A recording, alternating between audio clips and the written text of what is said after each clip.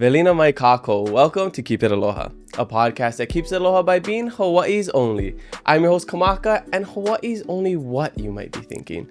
I guess you just have to keep watching to find out. But before we introduce our guest, guess what time it is? It's time for another Hawaii Theater giveaway.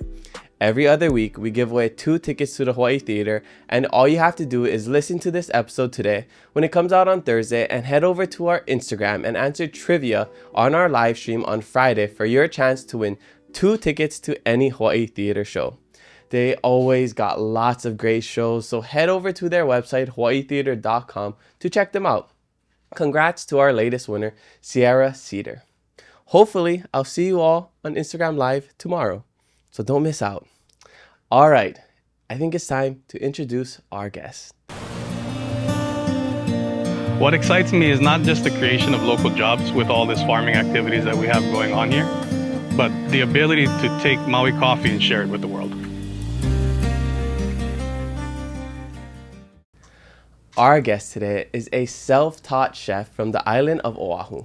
He is the executive chef and owner of Kaleʻs Hale, Hawaii's newest dining hotspot, featuring an all-you-can-eat Japanese Yakiniku experience with a Hawaiian twist. This father and husband also started Hawaii's first ocean-to-table experience, offering guests the opportunity to dive or fish, then learn to prepare their catch in a beach picnic setting.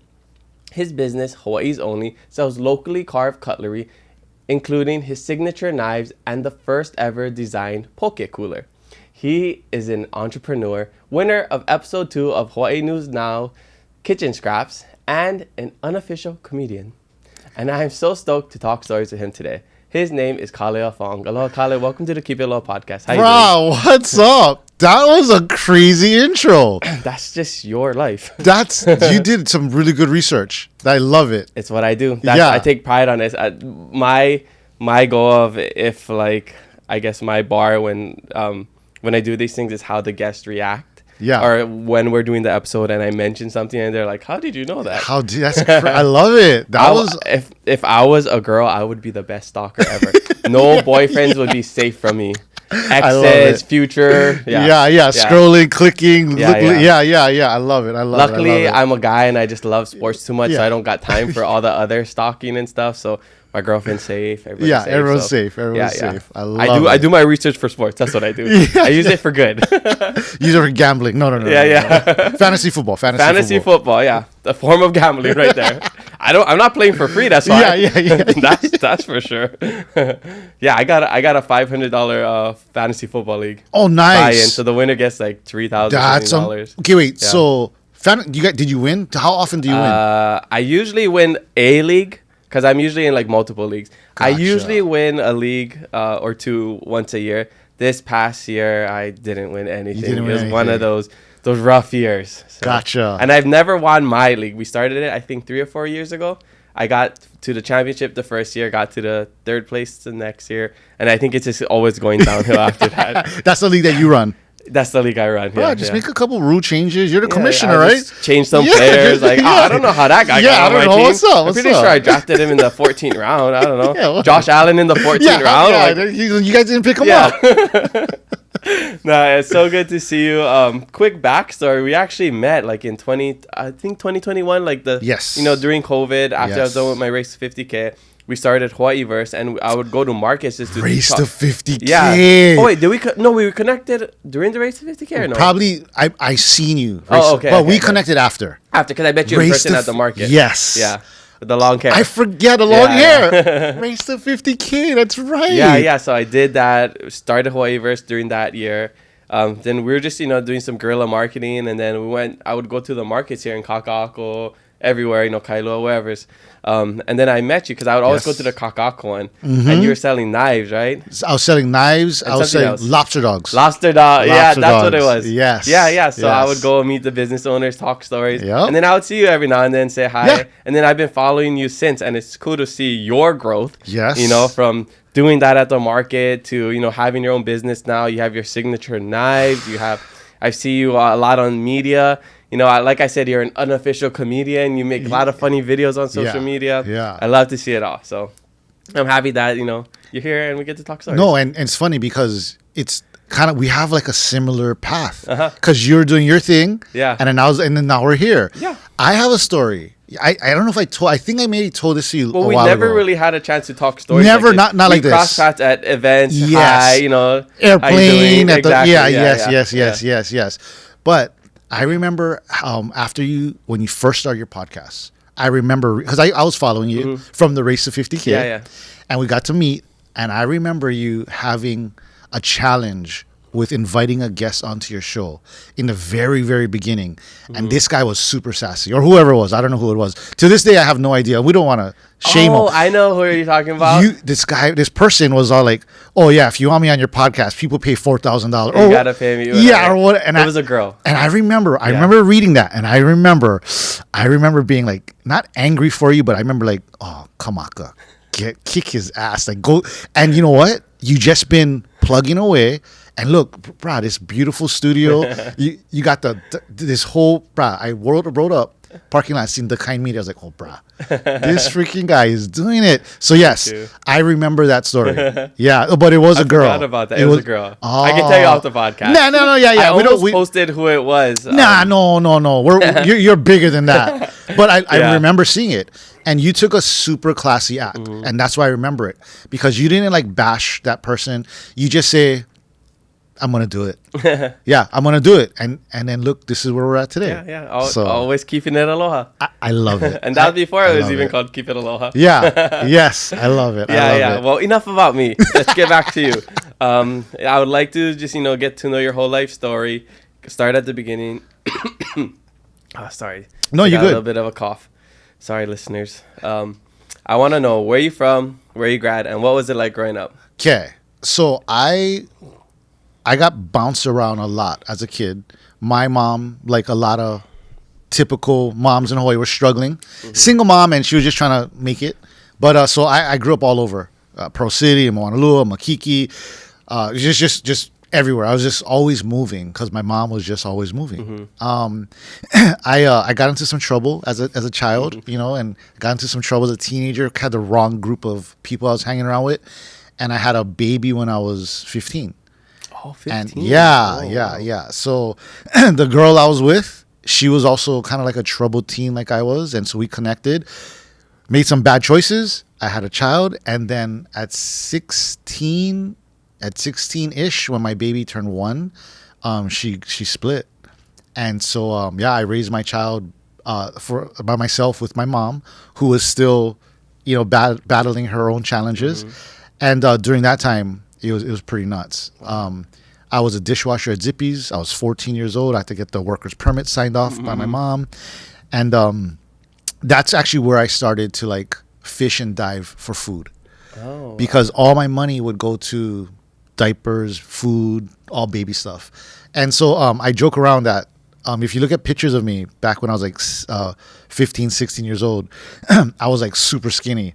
And I was hungry because I was so bad at diving and fishing, I couldn't feed myself. But that's where the ocean to table thing. That's where it started. Was that time, and then I graduated by the skin of my teeth.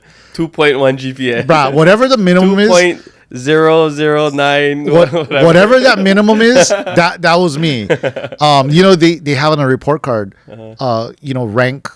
It would be like. Whatever 1 through 300, so it show you where I was like 299 or whatever it was, 280. The rest of the people didn't graduate anyway, but I was like, I barely graduated high school, but that was like the biggest accomplishment. I graduated from Roosevelt.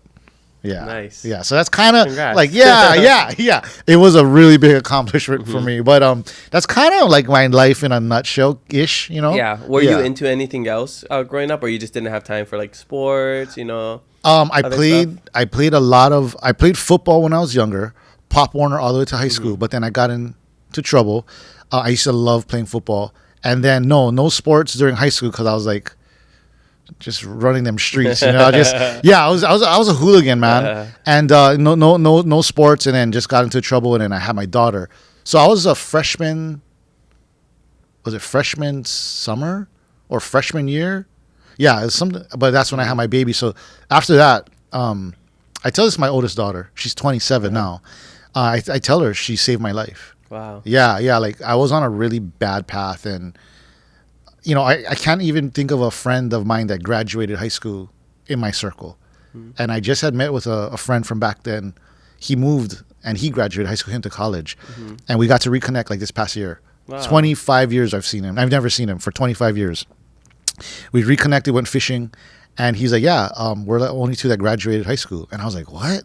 He's like, yeah. He's going down the list. Oh, this person passed away. Out of like your out of our group. yeah, out of our group. Yeah. He's like, oh, this person passed away. This one's in jail. This one died. This one so and so. This one, and it's like, so my daughter, I feel like she saved my. It was heaven sent. Even though, Wow. yeah, Blessing yeah. in disguise. Yeah, 100%. Yeah. What's her name? 100%. Elissa. Elisa. Elissa, Nice. yeah. Super cool. And she has a 5-year-old son. Yeah. So you're the youngest looking grandpa. in Yeah. Hawaii. So I'm a grandfather. Yeah. Nice. I love it. So my daughter and I are super close. Uh-huh. So I try to do whatever I can to spoil this kid, because I don't gotta watch him, Yeah, right? yeah. So whatever he wants, he gets, and I just hand him back to my daughter. That's exactly my mindset as an uncle. Yeah. Yes. Yes. You don't gotta take them home, change the diapers, like.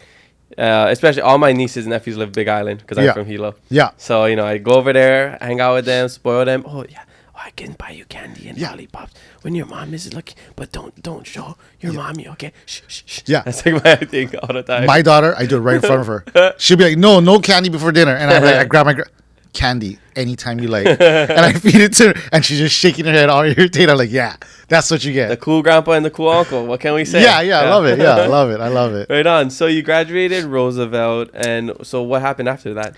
So after Roosevelt, I was just working dishwasher, and then I got my lucky break, because dishwashing at age 14 is the worst job in the entire world. I bet. Because at age 14, you just don't have the work like mentality. Yeah. And dishwashing at Zippy's is so hard. I swore that one day I would open a restaurant and I would pay the dishwashers a lot more money. And so, so after high school, I worked, and I just had a bunch of different jobs. And I actually started my own business when I was, I had a couple fun businesses when I was like 18, 19 years old. One of them was a hermit crab business. So I'll tell you, it didn't take off. It's not successful. And this is all pre-social media. But hermit crabs, I would get them from the tide pools, and then I would get a PPP, and I would eat the PPP and keep the shells, and I would spray paint them, or would color them, or would do whatever. So I'd have all these shells that had different colors, and then what I would do is go to the swap meet, and I would take one hermit crab, and then a clear tank of water, and one colorful shell, and put it in, and if you just drop it in the water, the hermit crab will switch shells. Just automatically out of curiosity. Yeah. Or what I would do is I would take a tiny little screwdriver or hammer and just chip the shell so that the hermit crab was too big for the shell. And when they're too big for the shell, or the shell's like missing, what they'll do is they'll look for another home right away. So I would do this little display, and then the hermit crab would change shells right in front of the customer. Wow. Into the colorful shell.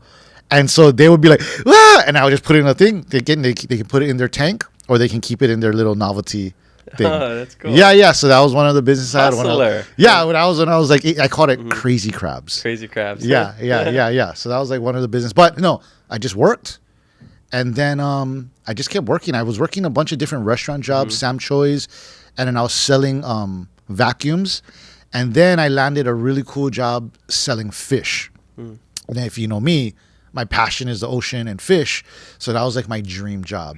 And I worked at this company called Honolulu Fish Company, where we sold fish to the mainland. And I had a sales background from selling vacuums. And so, I started as a sales rep, and I became the manager. And I did that for a period of time, and that's where I learned a lot about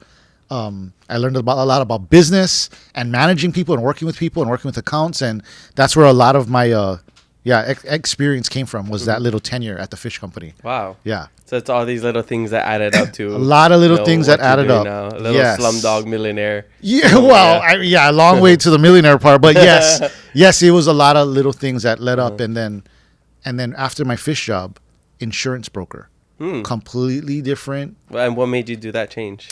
The money. I turned in this job opportunity for a long time, and my friend was just making buckets of money. And I was like, what the heck? So Hawaii, I made the switch. And when I made the switch, I was a sales manager. We ate fish every day. No joke. Every single day we ate fish, sashimi, ahi, we just ate fish because my sales reps got to eat it so they know what they're selling. So every day we'd have a product tasting. So I got to eat fish every single day, which was my dream. I made the switch to insurance and made some money there. And I've been doing insurance. I still have my book today. Wow. But then COVID hit. Okay. Right? So after the fish company, I did insurance. COVID hit, and you cannot, it's not impossible, but you ever try to teach a 70-year-old Zoom? You'll have a heart attack. It's very frustrating. They don't know how to do it. I barely know how to do Zoom. I'm not good with technology. So during COVID, I started to pivot, and that's where all this social media stuff started popping up. Oh, okay. So everything was kind of based off of necessity. And as long as with your life as well, you know, you started diving because you needed to eat. Yep. Right? You started these businesses because you needed money. Yeah. Yeah, exactly. Yeah. And then awesome. During COVID, I couldn't meet clients because elderly and the children, they weren't coming out because COVID was such a big thing. So I pivoted. Yeah. I love that because one of my biggest things is this, or one of like my pet peeves is just people making excuses, you know? And sometimes, you know, you can, a simple excuse like, I'm tired, I don't want to do this. It's fine. But once you have like these bigger excuses and you get into the habit of like, I can't do this because of this. This is why I can't do it. Then it really messes with your mindset, you know? So like for me, I've really adopted like this, you know, how can mindset instead of like no can, you know, like, the rent's too expensive. I know can live here, you know? Yeah. Instead of like saying, how can I do this? You know, like my money's going all through diapers, you know?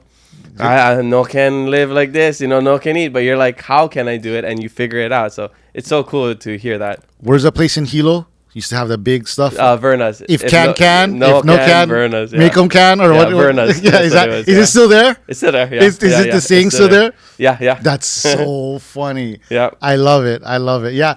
And once again, testament to my daughter. You know, those challenges that I went through when I was younger at 15, 16, when my baby mom left and I was just kind of left alone. Those challenges kind of set me up for the rest of life, right? Because everything after that was kind of easier. Like, brah, if I can survive through that, I can survive through the next thing. Exactly. So whenever I'm faced with a challenge now, I just remember what it was like 16, high school with a kid, dishwashing, without my baby's mom around, and the pain I felt and the struggle. And then I just like, brah, okay, I can do this. I can do this one. Yeah. And pulling off those experiences really help you. And it's like, that's part of like being an optimist, is not saying like, oh, this isn't a bad situation. You'd be saying this is a bad situation, but I know how to get through it because I've been in other bad situations. Yes. And that's what I talk about as well, you know, because that was the whole idea of my race to 50K. And basically everything I'm doing now is like, I came straight from the Peace Corps, 3 years over there, living in the middle of nowhere, no running water, you know, bucket bats, isolation, learning a new language. I just knew if I can do this, the hardest thing that I'll ever do in my life, I can do anything after that. So once you have those challenges early on in life, your confidence level shoots up. Yeah, and that's exactly right. And you know, I would look at people that didn't have kids that were successful, and I would have so much respect for them because that's what I put my I don't know. That's what I give credit to, is having a child young. That's what helped build me. But for some people, like, do you have kids? No. Okay, you don't have kids, but you're doing very well. So I'm like, oh, bro, this guy is like super disciplined, super like organized. And I give a lot of credit to people that don't have kids that did it, because like you have to find struggle somewhere else. Exactly. Another way, right? So yeah. And that's what I always believe, is that everybody has their own set of challenges. Yeah. Whether that's, you know, having a kid young, whether that's financial troubles, you know, growing up in a place where there's not a lot of resources. But you figure it out. I feel like the most successful people are, for the most part, people that come from either nothing or they've had to really work harder to get to that, because it wasn't handed anything, you know. Like, I don't come from money. I'm from Hilo, public school education, Hawaiian immersion. Like, I had to figure out or create my own path to get where I'm at. And, you know, we didn't have a lot of role models growing up on like social media, because we didn't grow up with social media. Right. I grew up half with social media, half without. Yeah. But you, I'm older. I'm way older than you. You know, you're like 10 years older only. So you're just a decade older. Yeah. But yeah, you had you didn't have a father figure. No. You know, I had two father figures. I have a dad, step parents. You know, Gotcha. I have mom, stepmom. So I had a lot of great role models growing up. So that's an advantage that I had. I had a great childhood. Yeah. But then I had to find hardships and struggles my own way. Sure, and absolutely. that was a big part of me Yeah. joining the Peace Corps, is that I wanted to challenge myself and see what I'm capable of. Can I survive this? So you were in another country Yeah. with no water. Yeah. I had a well. Okay. No running water. Yeah, yeah. And then Yeah. you have to use a restroom. You have to cook. Yeah, I had a hole in the ground Yeah, squad. And, that's crazy. Yeah, bucket bats, stuff like that. And what was the mission? Did you have to do like things? I taught English for 2 years. Gotcha. And then I extended for a year because I really liked it. And I worked with a community health organization doing their communications and stuff. See, that's heavy. Yeah. That's heavy. The goal of the Peace Corps is to live like the locals, So like even how you get paid, like it's a volunteer, but you have a monthly allowance. Okay. But it's equivalent to what they get paid over there. So we got paid $180 a month. Jeez. So which was enough for us to get by over there because the Okay. community provides the house and stuff like that. So you still have the struggle of like, I don't Yeah. have a lot of money. I also don't have a savings that I can dip into just Right. in case this money runs out. Right. You're not I don't have partying on parents Friday where night. I can just be like, can you guys send me Right. money? Because I got 5 siblings, so they got other kids they got to take care of. So in this area where you're doing this work, life is pretty rough for all the locals. Oh, yeah. I mean, Madagascar is one of the poorest countries in the world. People live off less than $1 a day. Okay, so what do they do for like? Do they have like Friday nights? Or like how we have Aloha Friday, we go out, no one works on the weekends, or is it like a struggle every day? Depends. I mean, they have their normal jobs throughout the week. And Okay. if you're if you're a farmer, you're in the rice fields. And Okay. stuff like that. In the rural places, it's a lot rougher. In the city, people have more normal jobs, Yeah, but it's okay. still a struggle because It's you're still not a struggle. You're not making a lot. There's no middle class. There's Right. rich and poor. Gotcha. So where you're at, it's kind of like the poor area. Yeah. So you usually get placed in a site that's like they need help. Okay. Yeah. So I mean, even Peace Corps, you're sent to developing countries. And so what do you do for fun then? Like do you You do your unwind? job, and then Yeah. other than that, because especially for education volunteers, you go based off the school schedule. Oh, okay. So you have summer, the days off, like how we have holidays. Okay. Those days I would like travel with other volunteers, see other places. Oh, or okay. You do side jobs. Like I helped open up a library, and I got Okay. computers for our community. And then you play soccer on the weekends with the other teachers. Gotcha. You can just go walk around, go to the market, talk stories with people, practice Gotcha. your Malagasy. So that you find ways to keep yourself entertained. Like I that's bought a dartboard, I bought a guitar, I bought nunchucks. Like I've like did all kinds of stuff just to keep me entertained and just like work on myself. Like I'm gonna be here for this year. I don't have Wi-Fi. Let me just work on all these other skills. Yes. So wait. Yeah. You can jam nunchucks? I got nunchucks. Yeah. Can you jam? So the funny thing about me learning nunchucks is I always loved nunchucks growing up because of Michelangelo from Ninja Turtle. My favorite Ninja I was Turtle. a big Ninja Turtle Yes. fan. Yes. So I would get these foam nunchucks from Amazon, like in college, and I'll just swing them around just for like not knowing what I'm doing, but just for fun, just because I loved it and I was being silly. Yeah. I'd post about it, so people knew I like nunchucks. And when I went to Madagascar, I brought those foam nunchucks, and my crew that I went with, they knew I like nunchucks. So during my second year, during the summer, we went to the north of Madagascar to volunteer at an orphanage. So we'd live at the orphanage during the week, and then during the weekends, we'd go to like the Peace Corps. Every like big city, the Peace Corps has a meva, which is like this like a house for Peace Corps volunteers when they're traveling. So we'd stay there on the weekends, and one of the security guards at the meva in Diego, that was the name of the place up north, he was this old guy, Jean Pierre, whatever. I can't believe I don't really remember his name. He was a nunchuck master. But he's like missing front teeth, like old, really skinny guy, runs marathons, like does karate. One of the Peace Corps volunteers came to me like, come on, this guy outside is doing nunchucks. So he makes his own nunchucks, like wooden nunchucks.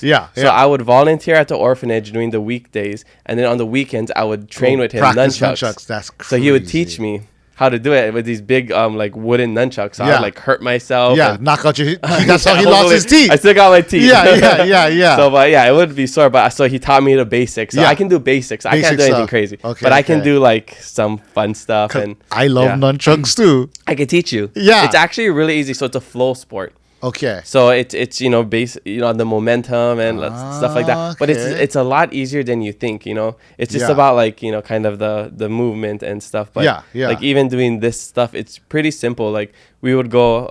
I think I have my book here that I wrote in Madagascar. Oh, cool. You wrote a book? Yeah. Bruh.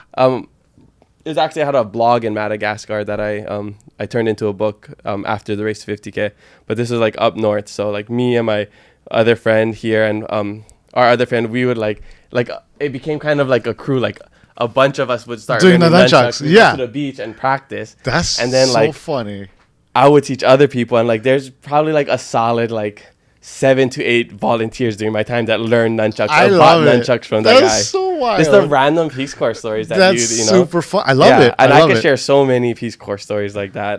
But again, I wanna keep the focus on No, you. yeah. Sorry. Yeah, but Nunchucks. no, I love talking stories. This is what it's all about. But I'm sure my listeners have heard similar stories like this all the time. So you ended up, doing the insurance. COVID happened.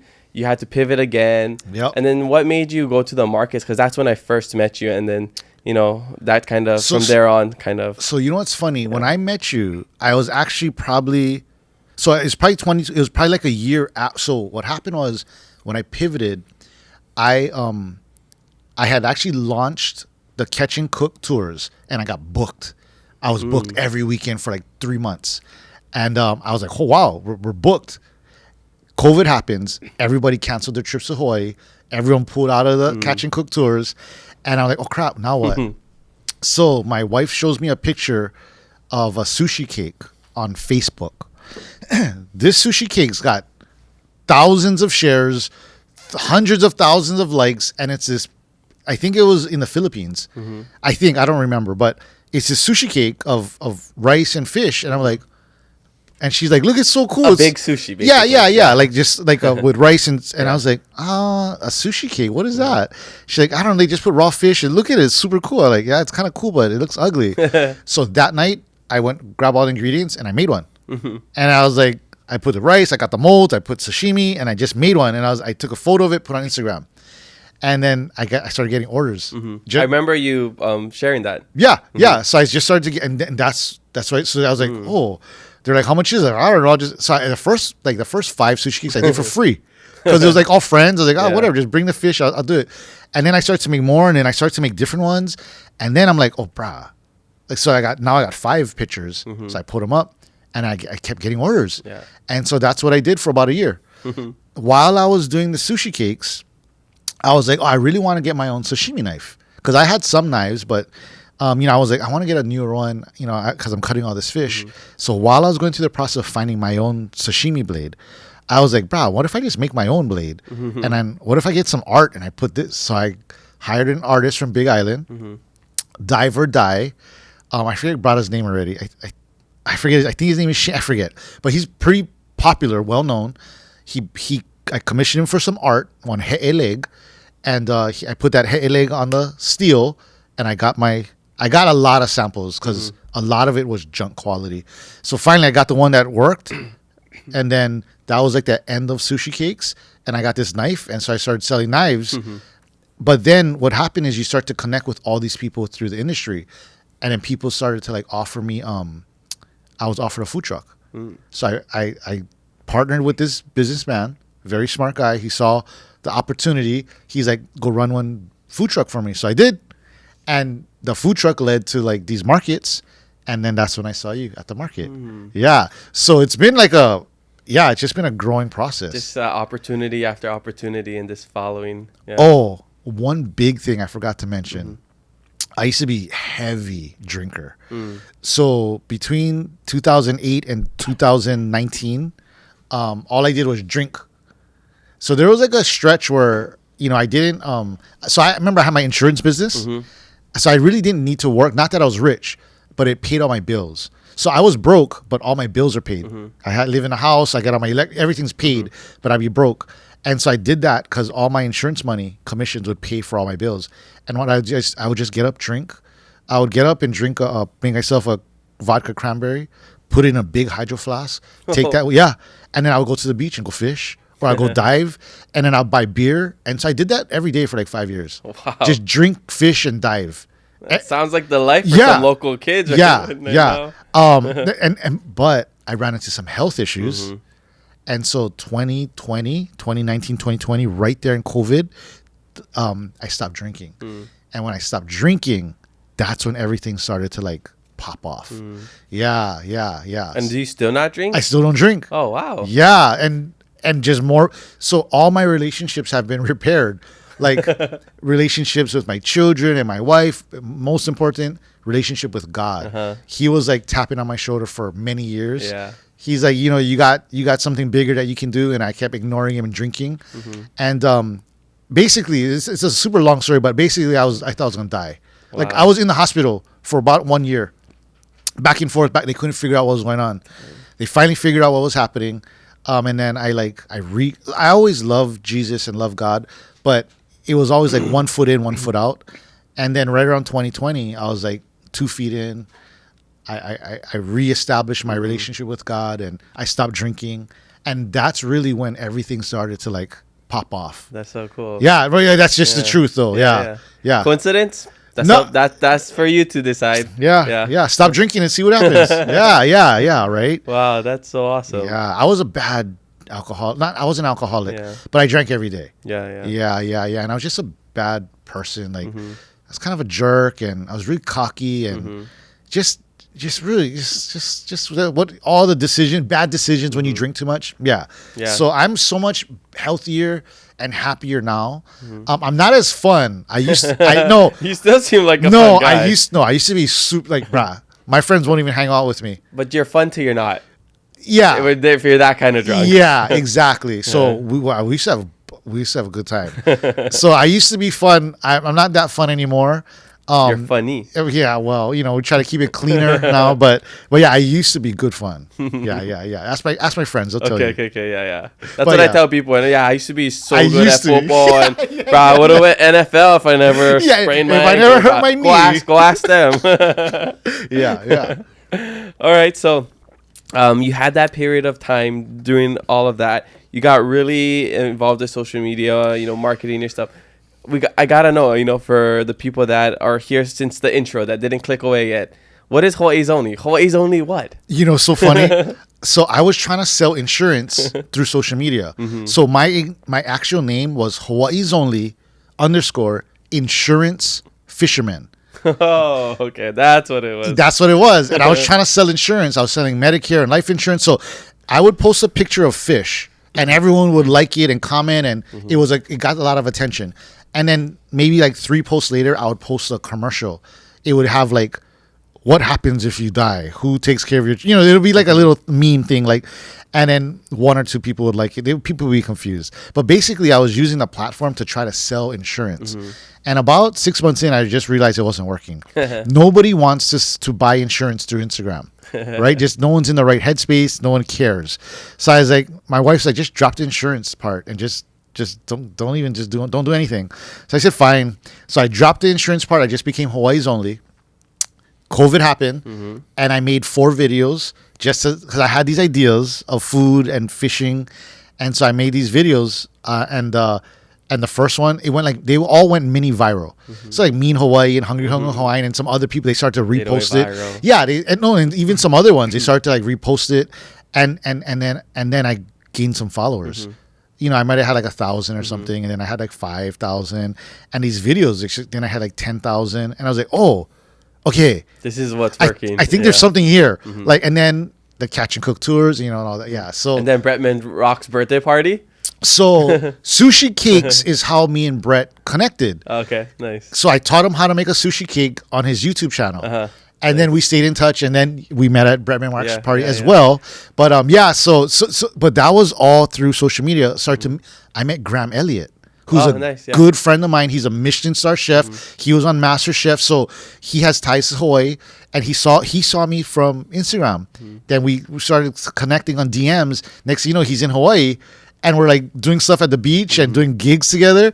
And then he moves to Hawaii, and we're doing more. So yeah, it's just been a wild ride. That's so cool. It's a short, wild ride. The last 4 years, just crazy. Yeah, but you just gotta be ready when that wave comes. Make sure you're ready to paddle and stand up. Yeah, just stop drinking. That's my basic. Surf sober. Yeah. That's the message here. Surf sober. Yeah. Nice. So it's so cool that you had that Hawaii's only insurance fisherman. Yeah. Insurance fisherman. Yeah. But it still works with anything because it's so vague that you're like Hawaii's only knife seller, Hawaii's only chef that has whatever. Yeah. You can keep adding whatever to it at the end, right? You know the oyster bar people, the oyster shuckers? Oh yeah. I'm the kind Alia and Hopena. Yes.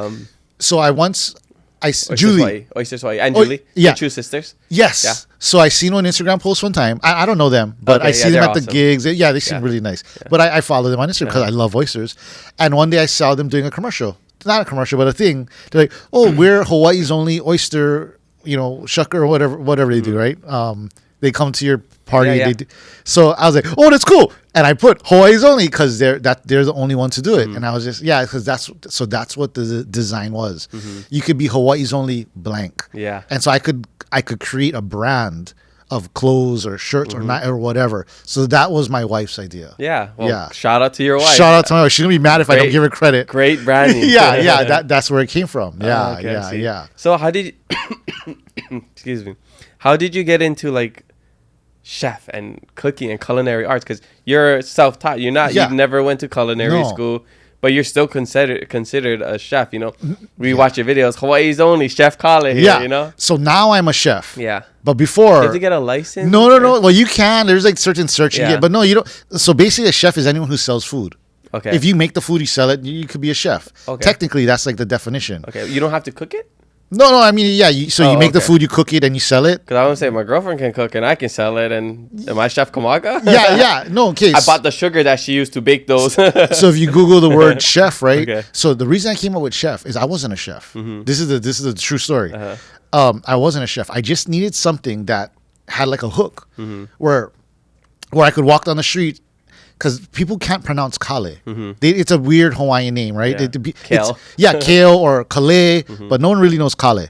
So I was like, okay, I need something where, hey, chef. So I was like, I cook. Let me just pretend to be a chef. So that's how it started. It was a marketing ploy.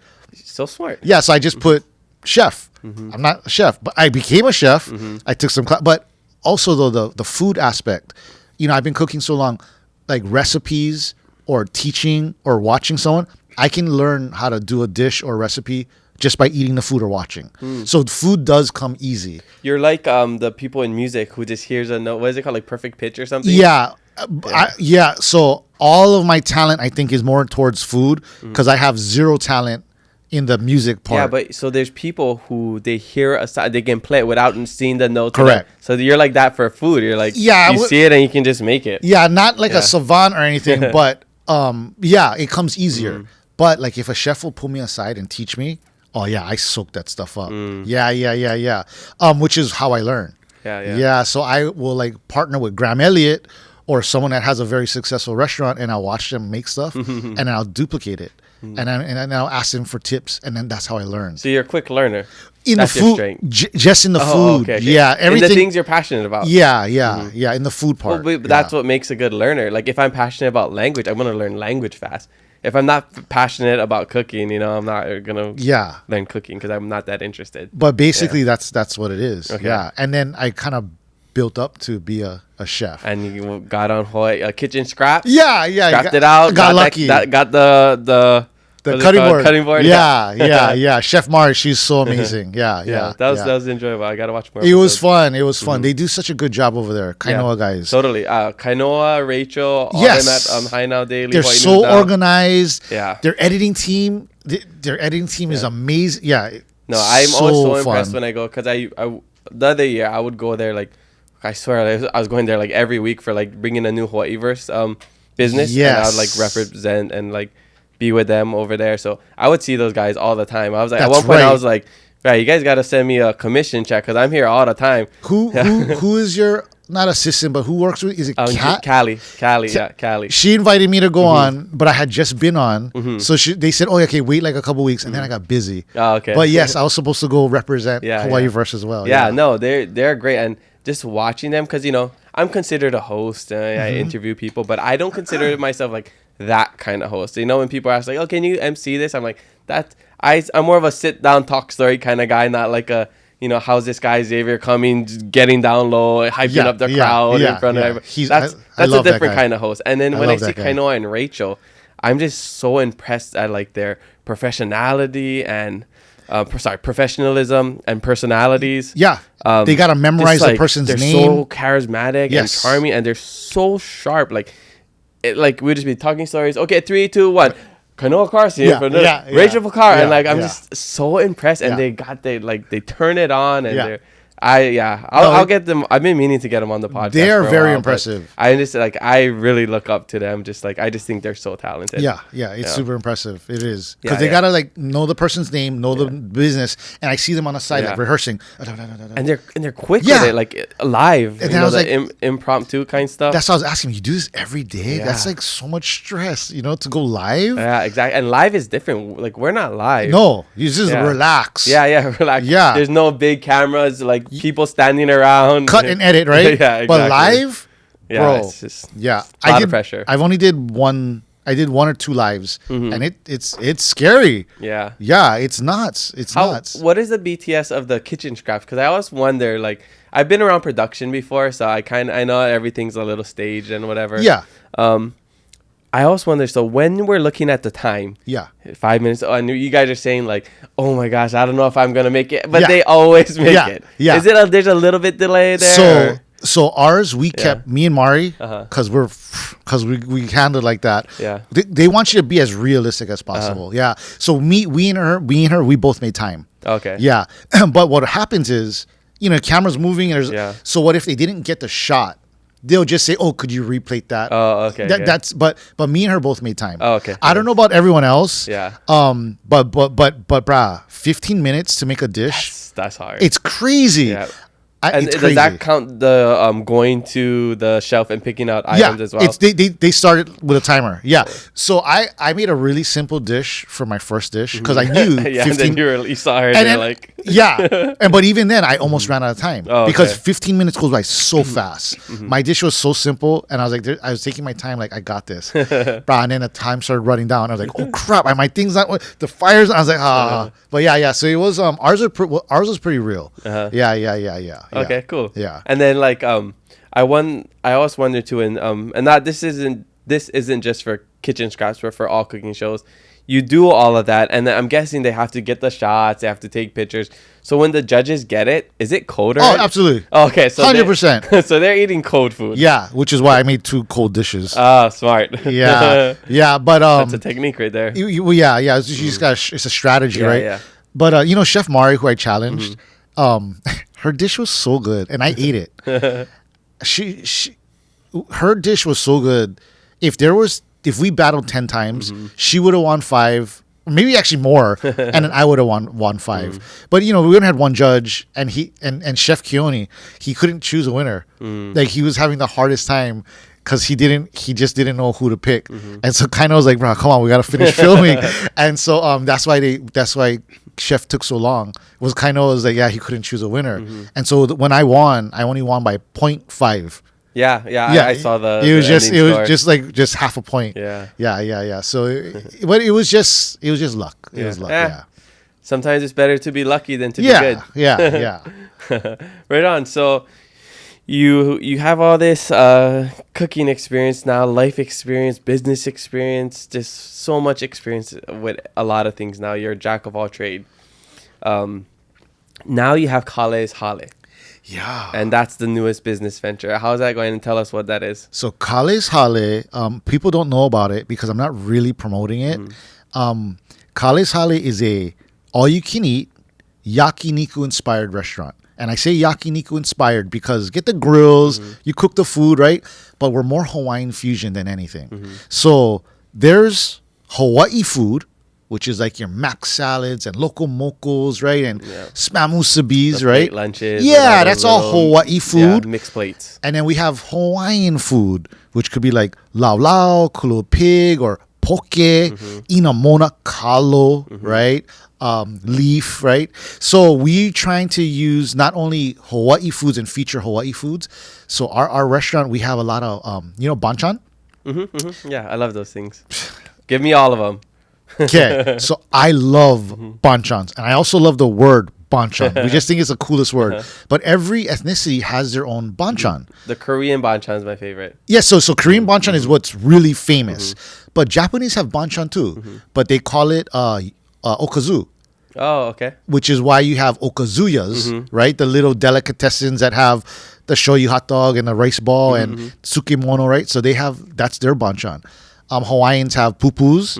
The Chinese have dim sum. The Spanish have tapas, which are small little. Yeah. So every ethnicity has like these little, but banchans are what's like really popular.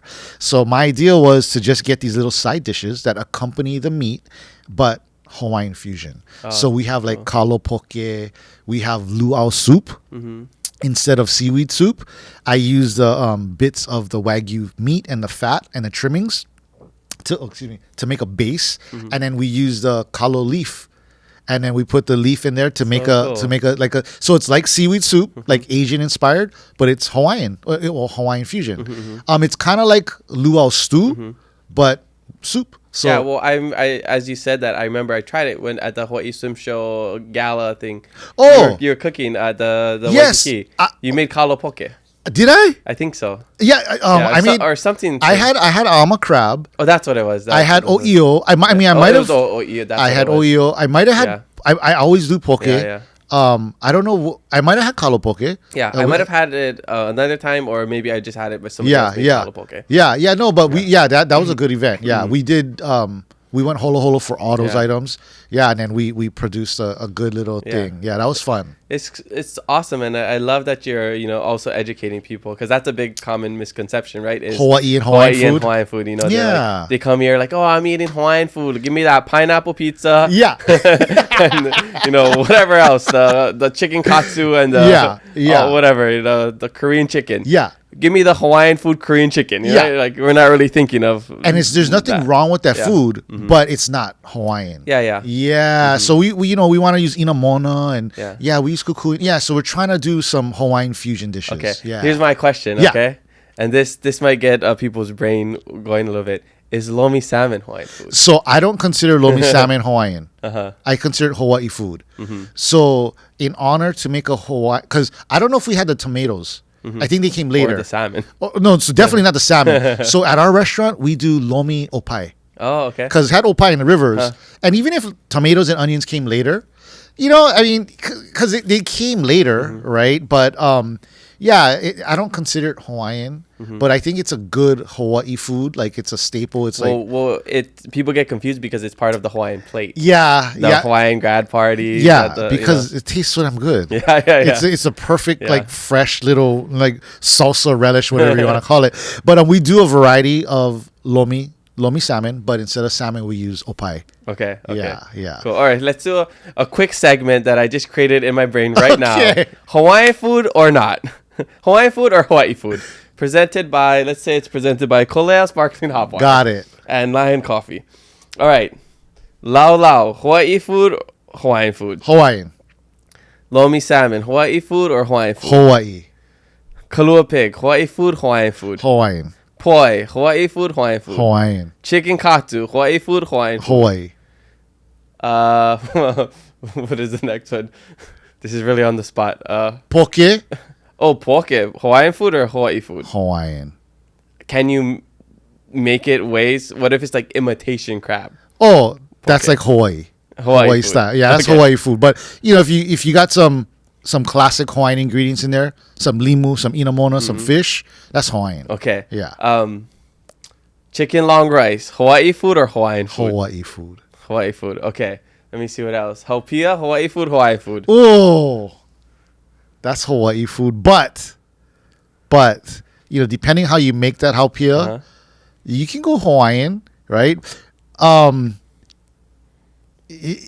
don't know how to do a real traditional. I don't think I've ever learned. I think someone got to teach me. That's what? I don't know. That's for the listeners. Yeah. I don't know. Well, we'll cut a clip and people can. So coconut is Hawaiian. How they make their coconut, if they're putting cream and sugar, gelatin.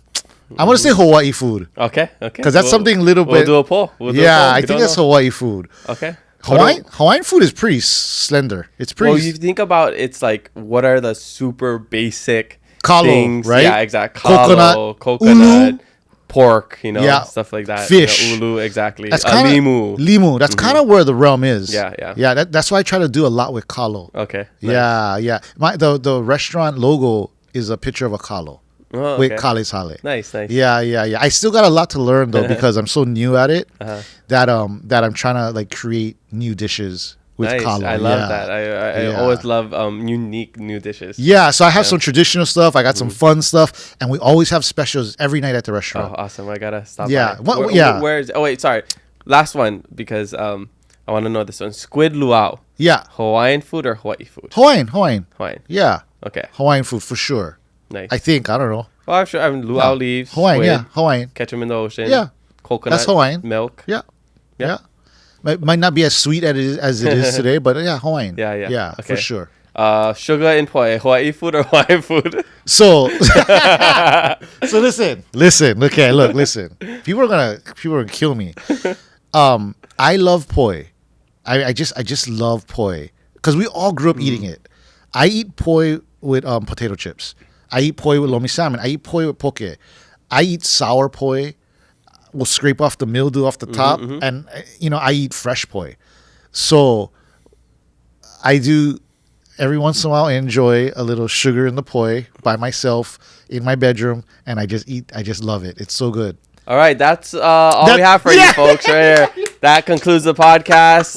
This episode won't come out, honestly. We can't be putting out this kind of propaganda. All right, I'm out. No. So, but I tell everyone. No judgment. We listen and we don't judge. You listen and we don't judge. But I tell everyone, well, what is kulolo?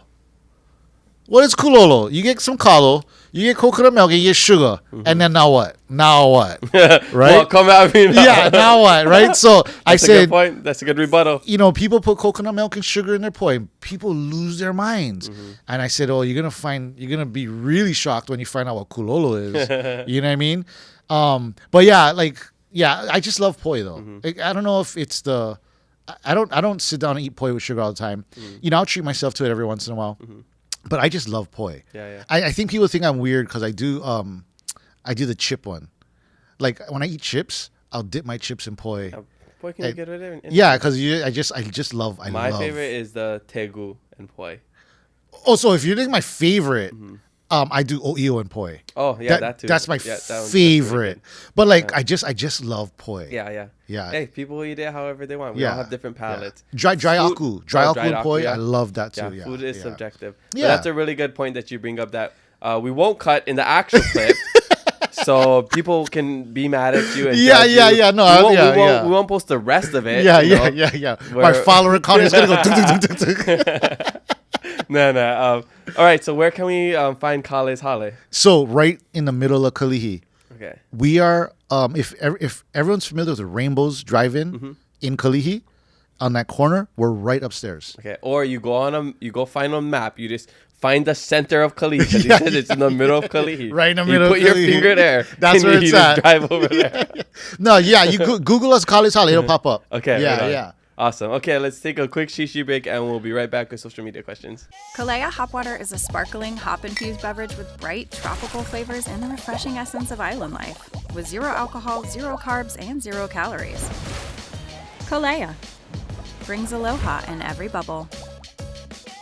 All right, we're back from a quick shishi break. Mahalo to our drink sponsor, Kalea Sparkling Hop Water and Lion Coffee, which I'm more of a sparkling water drinker when I'm doing this, but with this little cough thing, I'm not drinking cold things, so that's why I got the Lion Coffee mug. But anyways, mahalo to them for providing the best quality shishi, as always. All right, let's get into the social media fan questions. The first question comes from Largusa _. This person says, who is the amazing manager you have running your business? Oh, that's funny that you ask because she's actually very amazing. Her name is Summer. Yeah. I have a sneaky suspicion.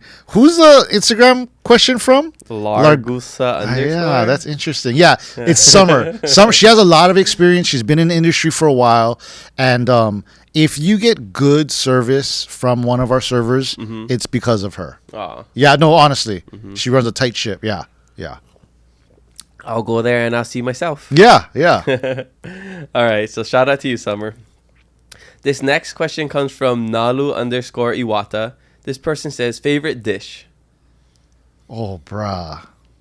And I guess I'll clarify because we have a question about favorite dish to cook. Yeah. So let's do favorite dish like just to eat, like okay, so not cooked by you, just this in general. poke. Yeah. I love poke. I just love it. I eat it at least 3-4 times a week. I make it at least 3-4 times a week. I love poke. Okay. I do. I have this question because I always wonder when people like chefs, they have their own restaurants, like they cook. Say you make poke all the time, your poke is probably your favorite poke. But do you go to other poke spots? Do you go to other restaurants? Absolutely. And, yes. Enjoy that stuff? Yeah, absolutely. So like do you have some favorite poke spots? Yeah. So I got a couple. One, I love going to Helena's, which is right across the street. And I just love their Hawaiian food. I love their poke. It's so simple with limu, pa'akai, and I love their chili pepper water. I also make really good chili pepper water, but I just love to go there and not have to make it. Yeah. They have really good chili pepper water, and they have good poke. They have good food. So I go to Helena's. I also love Rise Poke Shack. Oh yeah, I've never been there, but I see him on Instagram. And more than his poke,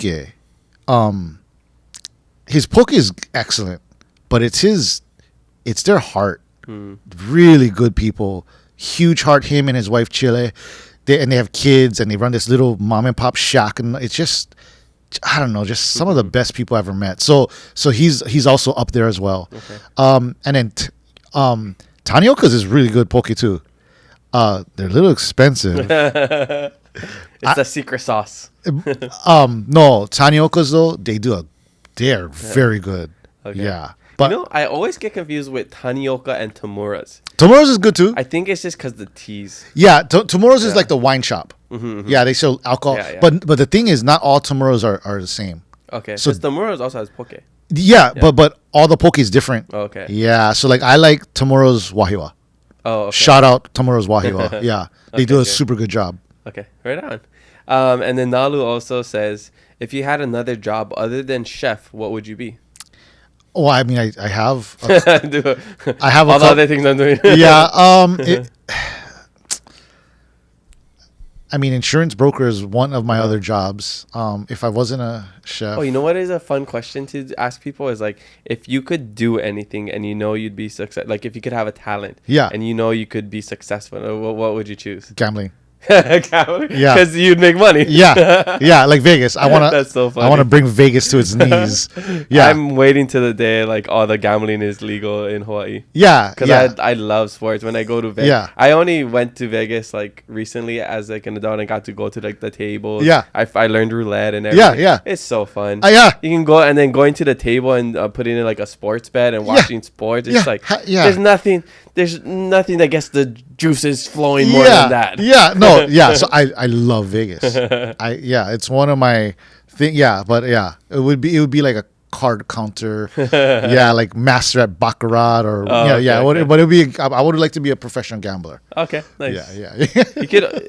The thing with that, you can do that at any point of your life. Yeah. You just gotta do some research and whatever. Yeah. I have a friend that works in Vegas, but he's from California. He has his own like sports betting show. Yeah. So when we were in Vegas, he was at the Circa, I think. We got to watch him do it, and we put in a bet that he like told us to do, and it won. It was like so Circa awesome. has one of the best. That whole love it. It's green beautiful, area. beautiful over there. Yeah, legalize betting in Hawaii. Yeah, get on that. Okay. Next question comes from. Oh, actually, before that, my talent or how I answer that question is singer. Yeah.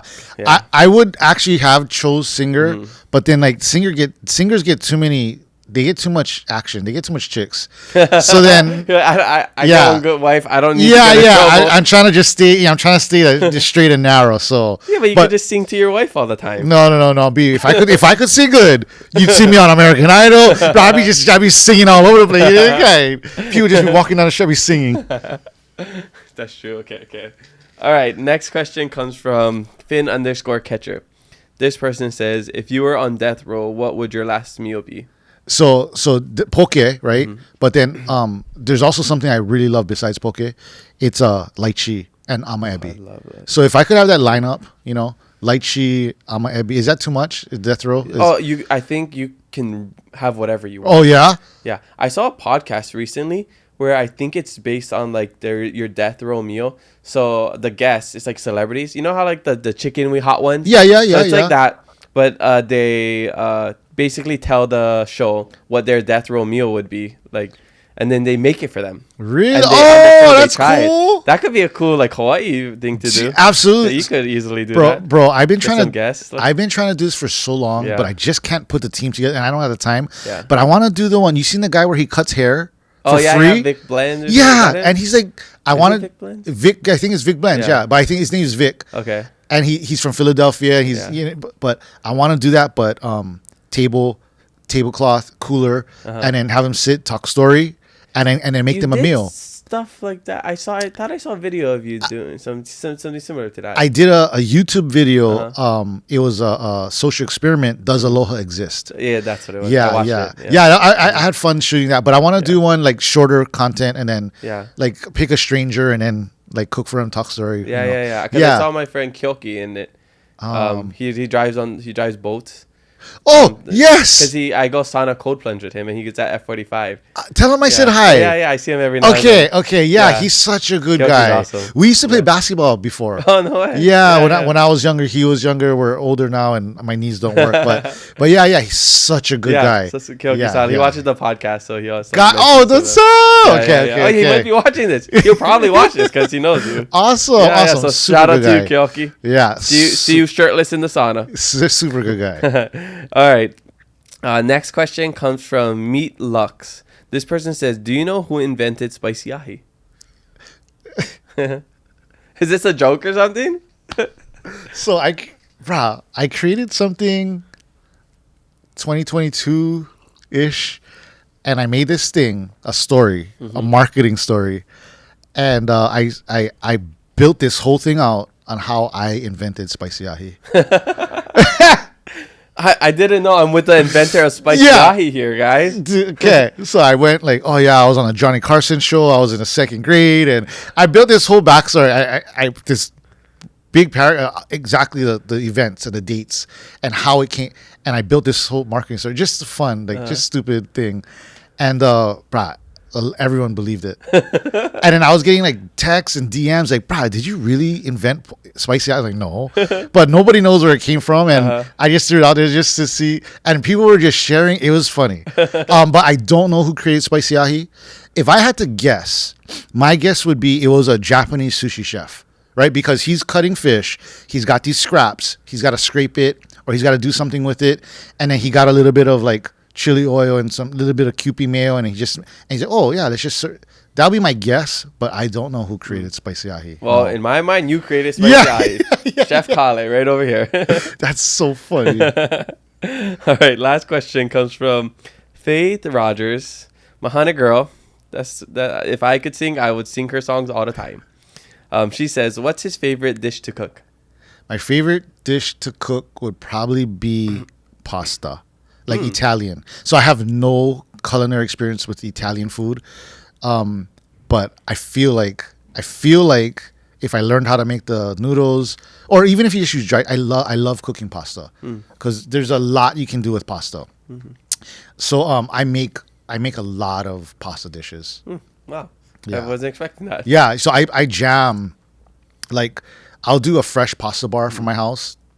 My family loves it. So I get everything all I get everything all portioned out, bacon. I get bacon and cheese and clams and sausage and pepper and onions. Like I get this whole thing, and then I get the noodles. I parboil them halfway, and then I take them out to cool. And because the trick is you need fresh noodles with that pasta water to finish in a pan with all the sauce. So like I'll make a white sauce and a red sauce. I'll do olive oil. Yeah. So I love cooking pasta. Okay, Yeah. cool. Yeah. Is that part of the Kaleʻs Hale? Maybe special every now and then? I've done it. So we've only been open for like 3 months. Sorry. Adela's. You know Adela's, right? Yes. Yes. They do like all like the purple. sweet potato. Yes. Yes. They do whatever. an amazing job. So you could do something like that. Yeah, so I'm not at the point. So I'm not at the point where I can make my own noodle. Oh, okay. But like I could buy her noodles and turn it into a pasta Or dish. do like a squid luau pasta. I don't Yeah, know. no. I I jam pasta. Well, Yeah. along with pasta poke, I make a lot of poke. Yeah. But pasta would kind of be, because I already answered poke earlier. Yeah. But pasta would be probably my favorite dish to make. Okay, cool. Yeah. Do you still make the sushi cakes, by the way? I don't. I have one coming up for a friend. Oh, okay. But like I refer business out. Oh, okay. Yeah. In fact, the person below me, they have a restaurant called Aloha Cones. They make sushi cakes. Oh, nice. So I referred to my friend Sakes by Cakes, Bakudan Catering. They both do sushi cakes, and now the restaurant below me does sushi cakes as well. I don't. Okay. I don't have time. Yeah. Okay, right on. Well, mahalo everybody for the social media fan questions. Make sure you leave some for our next guest, and maybe your question will make it into the podcast. All right, so we're gonna come to the back end of the podcast, and I do have an actual planned segment that I prepared called "Wake Up with Lion Coffee." Okay, and I got some questions about your morning routine and stuff like that. Okay, so I want to know what's your morning routine. You know, as a busy man like you. Our morning routines really set the tone for the day. So I want to know how you start your day. 4 a.m. I wake up, cold shower. I read. You dip your face in the 4 a.m. wake up, cold shower. Okay, I read the New York Times from the internet. I look at the stock market. 5 a.m. oatmeal. 5:30 light jog, 45 minutes. Okay. Come on, you can't be laughing. Sorry. Yeah, I'll block my face. Okay, recently, I've been getting off work at like 1 o'clock in the morning. Continue. What are you No. Continue. No, you blew my What cover. did you do after the light jog? You blew my cover. After my light jog home, devotion, spend time with God. Okay, 6:30 a.m. breakfast for the kids, out the door for school. 7:30. I'm hitting my emails. No, I don't do so recently I've been getting off super late. So bro, I sleep into like 8 a.m., 9 a.m. and I get up and I'm Not dead. even late. I thought you were gonna say sleep into like noon or something. I know I sleep in like so before the restaurant, wake up honestly, Wednesday, Friday, 5 a.m. Those are the 2 days I play basketball with my son and a bunch of guys at the YMCA in Nu'uanu. Okay. Shout out Nu'uanu YMCA. And so we play ball, YMCA Wednesdays and Fridays. And then the other days, I get up like probably around 6:30, 7 o'clock. First thing I'm doing is emails. That's what it is. Emails. And then I like to do about 2-3 times a week breath hold exercises. Oh. Because I'm a free diver. So Yeah. So just because I can't go in the water every single day, I'll do probably 20 minutes of breathing exercises just to make sure I'm holding my breath and I still got it. Yeah. So like if you don't practice, my breath hold drops down to like 2 minutes and 30 seconds.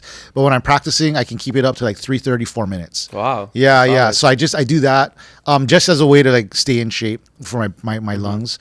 And then I'll do devotions in the morning. So around 8 o'clock or 9 o'clock, I'll take my wife. We go to Starbucks or Zippy's. Zippy's knows me really well, Vineyard Zippy's. And then we'll have some oatmeal, some coffee, and she'll order something else. I usually do oatmeal because my cholesterol's bad. And then we'll do devotions together. So read the Bible, we'll do that. And then after that, I start my day, which consists of a lot of errands and running around. So usually it's like getting ingredients, paychecks, meeting with a vendor, stuff for the restaurant. Yeah. And if it's not that, it's like mailing out packages of knives and getting getting things in order for like the next knife drop. Yeah. Or product drop. As an entrepreneur, there's never not anything to do. Oh yeah, and I feel like every single day there's something going wrong. I just like That's what being an entrepreneur is putting out fires. I feel like that's all I do is like it's like to the point where sometimes people around me, my partners or business vendors or whoever, they're like, "Oh, this happened." I'm like, "Nah, whatever." Okay, when is it gonna be here? Tomorrow. Okay, that's fine. It's like every day it's a problem. Yeah. Okay. Yeah. Speaking of like free diving, our next guest is gonna be Kimmy Warner. Ah! Yeah, Ah! and her brother Randy. Do you know their story? I don't. So I mean, you guys will listen to. This, I know this Kimmy. episode. I don't know the So story. Kimmy's hammer diver. Yeah, you know. yeah. We were just at her birthday party last week. Because it's a crazy story. Like and you guys will hear it on the next episode.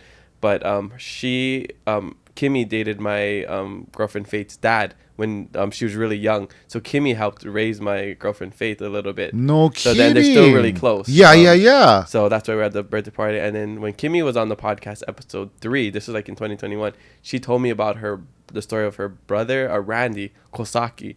He was given up for adoption. Okay. When the mom was pregnant. So 15 years ago, he decided to try to like learn about his mom, found out the story, got connected with Kimmy. And they're both divers.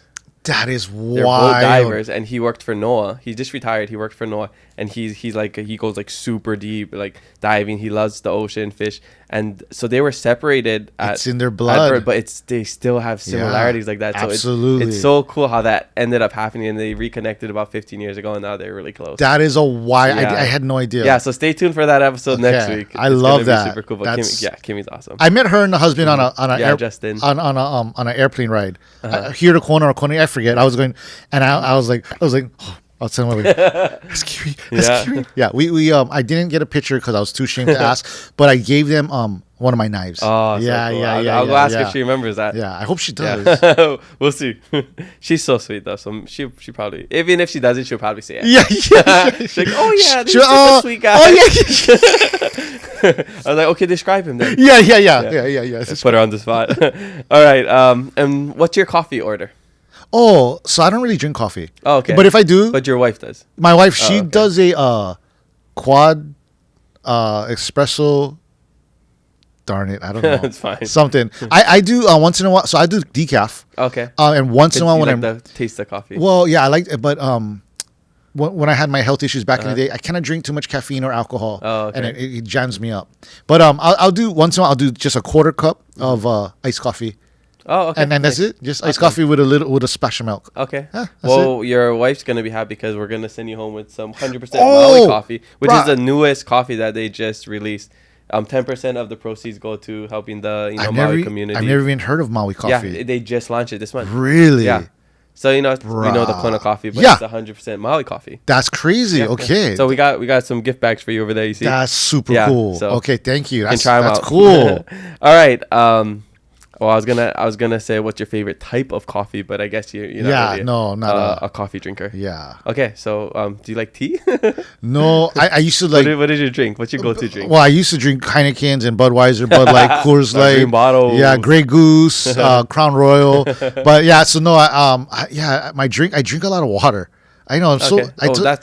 I raw dog life. I only drink water. Yeah. I don't drink alcohol or. I'm so boring. I know, but yeah, water. Hey, boring's good. Yeah. That's yeah. You're welcome to the club.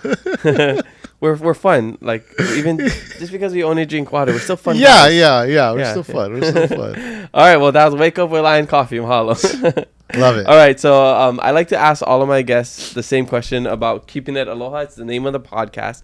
It's something I try to do every single day of my life. So I want to know, in your life, how do you keep it aloha? Sharing God's word with my kids, with my wife, with the people I meet. That's how I keep it aloha. He keeps everything together, and so I just try to I just try to showcase that in my life. Yeah, because he's the ultimate. God is the ultimate aloha, right? He created the word. He is aloha. He's aloha all the time. He's perfect, right? So I try to. I fall short every single day, but that's what I try to do. Is I just try to share God and let people see God through me. Yeah. That's how I keep it aloha. One of the best sayings from Jack Soren. Do you know Jack Soren? He's an artist. Artist? Yeah. Okay. Because we talked about his religion, and he's Mormon. Okay. I think that's not like the PC term anymore. You don't say Mormon? No, I think you said Mormon. But there's what is the church? You know, what else are they called? There's different like Jehovah Witness. No, I want to say Jehovah Witness, but it's not Jehovah Witness. Yeah, That's why I'm trying not to say that. Church of Latter-day Saints. Oh, okay. That's what it is. Yes. So he's a member of the Church of Latter-day Saints. Gotcha. Okay. I think I might be wrong. I might be trying to be overly PC right now. Yeah. But he's a part of whatever. That's besides the point. He's part of that. Yeah. He said when we were talking about like being true to like his religion, he said like the people aren't perfect, but the word is, or something like that. Yeah. So that made me think of it when you said like, I'm imperfect, but he's perfect. Yeah. But like I think he said like the lessons are perfect, or like whatever it is coming from God is perfect, but the people are not. He's absolutely 100% right. You're not meant to be perfect. No, we're not. We're meant to make mistakes are. fail, and like that's how we learn. But it's always if we can get back onto the right path. Yes. Yeah. Yes. We just got to do our best. Yeah, That's exactly. it. Yeah. So yes. A long way of me just saying I thought about that. No. I love it. I love it. Okay. So I want to know what's the next, 5, 10, 20 years looking like for you? So 5 years. If I could pull this off in the next 5 years, I'd be so ecstatic. So it's to continue to build the brand. Like I look around the Hawaii landscape. People are doing such amazing jobs. Excuse me. Hawaii's finest, how they built their brand. It's so inspiring to me to see. They're just killing it. I just love it. So creative, always doing something new, opening up a new shop. They're selling online. They're going, concerts, events. Just so amazing. So I want to continue growing the brand, and I want to grow it to get to that type of level, right, where it's like got a lot of recognition, and we're doing different things. And I wanna get offered from a Japanese company. I want a Japanese company to offer to buy me out. Ooh. And I want them to offer me $1 million plus like a 0.05% royalty on products sold, or 1%, or just something, just the tiniest little, just so I can still have a piece of it, right? The goal is to just keep building the brand up. So I got a couple of things in the pipeline that we're working on. Things that I don't want to do. I hate doing not podcasts, but I hate doing like media. I'm on Instagram all the time, right? I really don't like it. Part of the job. It's part of the job, right? To build. So I know I'm a business person. I got to build it up. So, I a lot of times I got to turn it on. I don't like to be on. I'm more of like an introvert, which when people watch the Instagram, I just met somebody. They're like, they didn't know who I was, and I'm just not saying nothing. We met like 2 or 3 times. Then by the third time we met, he's like, "Brah, you're the guy." And I'm like, "Oh yeah, I do some stuff." He goes, "No, I just watch all your videos." He goes, "You're nothing like on your." I said, "Yeah, because I gotta turn on, So I want to get off of the camera and maybe do more directing and have the creative space. But yeah, I want to keep building the brand. And then hopefully get like an offer to and I don't know if I would sell it, but just to validate that all this work that I'm doing is paying off, So just keep building the brand. That would be the biggest words of affirmation. Yeah, I would really love that. And then evaluation. And then I could have the option to say yes or to say no, Yeah. Maybe it'd be like a cool ego trip. Is like no. Yeah, I mean, if someone offered me $1 million right now, I say yes, yes please. Oh yes please, yeah. But yeah, so to keep building the brand. Okay. Next 5 years, yeah. Awesome. Yeah. You got some other thing coming up. I know you mentioned like something about a TV show. Yeah. Are you able to talk about that? Yeah. So Small Kind. I just actually turned down one thing. Well, I don't want them to blackball me. I had a little family emergency that came up, so I couldn't pull the trigger on a Netflix deal that we just did. It was on a popular show that it's already on Netflix, but I had a family emergency come up, so I couldn't fulfill it. I'm really, really devastated. Squid Game season 3. No, it was another. No, the real life Squid Game. Yeah. You're supposed to be in that. But the timing didn't work out, but that's okay. And then I got another one, small one. This German TV show, they're coming down, they're gonna shoot.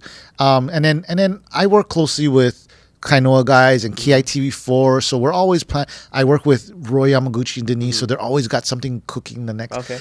So yeah, we got some small stuff, here and there, and the Netflix thing that I was really excited about. Hopefully it comes around again. Yeah, I'm kind of heartbroken about the whole thing, but you know what? God's timing, it's all good. Yeah, Exactly, I'm not sweating it, but yeah, we got a bunch of other stuff that we're working on. Okay. Yeah. Well, we're excited to see it. Yeah. We'll follow along. Yes, thank you, thank you. Okay. What is one thing you wish people knew about you that they don't? I don't know. I wish they. I don't really have. A lot of people don't know that I stopped drinking. Mm-hmm. A lot of people don't know that I love Jesus. So I guess maybe those two. Mm-hmm. Yeah, they kind of go hand in hand. That's the path he put me on. He put me off drinking and put me onto Jesus's path. So I guess maybe that. A lot of people don't really know that part, I guess. Yeah. Yeah. That's cool. I didn't know until. Yeah. A lot of people don't really know. Yeah. Yeah. And that's kind of what I want to showcase. Mm-hmm. Yeah.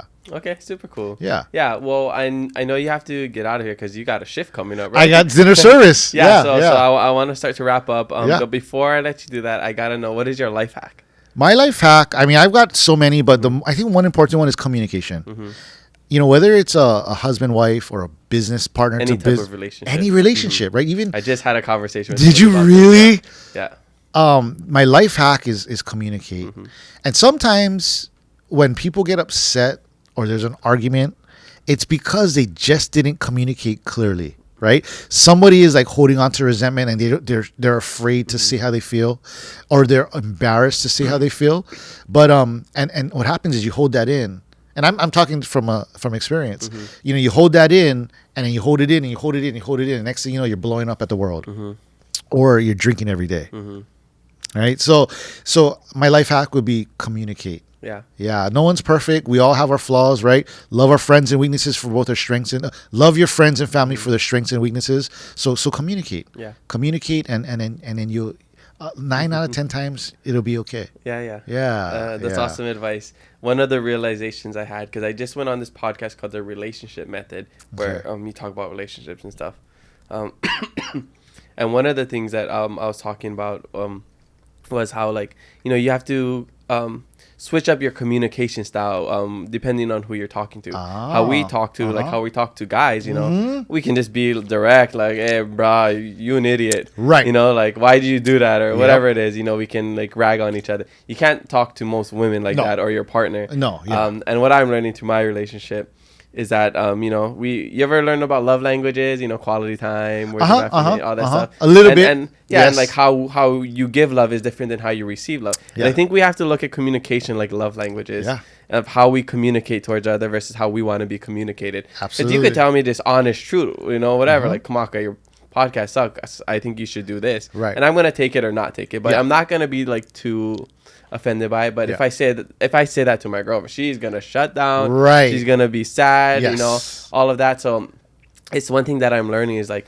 communicating in a certain way, whether that's your tone or it wasn't about what you said, it's how you said it. Yeah, I'm sure we've all heard that before. Exactly. You know, so I think that's like a big lesson that we have to keep in mind, is trying to like think of communication as in like how, not like how I want to be communicated, but how they want to be communicated, and learning those different 100%. Yeah, 100%. I So, love that. Keep that in mind. That's All right. really good. So I got my last fast 5 questions. These are just rapid fire answers, okay? Okay. Favorite childhood snack?